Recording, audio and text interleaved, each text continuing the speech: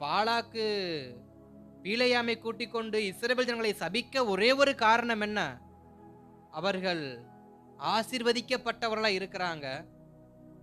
அவர்கள் ஜனத்துல பெரியவங்களா இருக்கிறாங்க.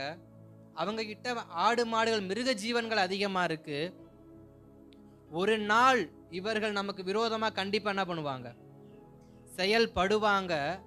இவங்க எழும்பவே கூடாதுன்னு தான் பாலாக் பீலையாம கூட்டிட்டு வந்து இஸ்ரவேல் ஜனங்களை சபிக்க சொன்னான். ஆனா கர்த்தர் என்ன பண்ணாரு? சபிக்க விடல, ஒடுக்கினவனையே ஓடி போக வச்சார். ஒடுக்கும்படிதான் பாலாக்கு பீலையாம கூட்டிட்டு வந்தான். ஆனா பீலையாமே கர்த்தர் ஓட வச்சார். அப்ப நீங்க விசுவாசிக்கிற ஒரே ஒரு வார்த்தை, உங்களை ஒடுக்குவதற்கு எந்த மனிதனை யார் கூட்டிட்டு வந்தாலும் ஓட வைக்கிறது கர்த்தர் உண்மை உள்ளவர்.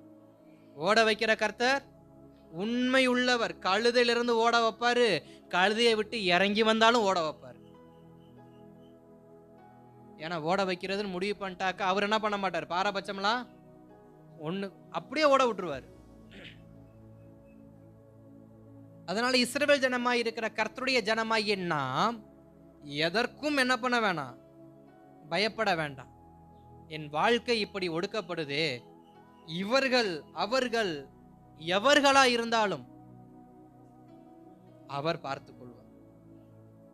அல்லேலூயா.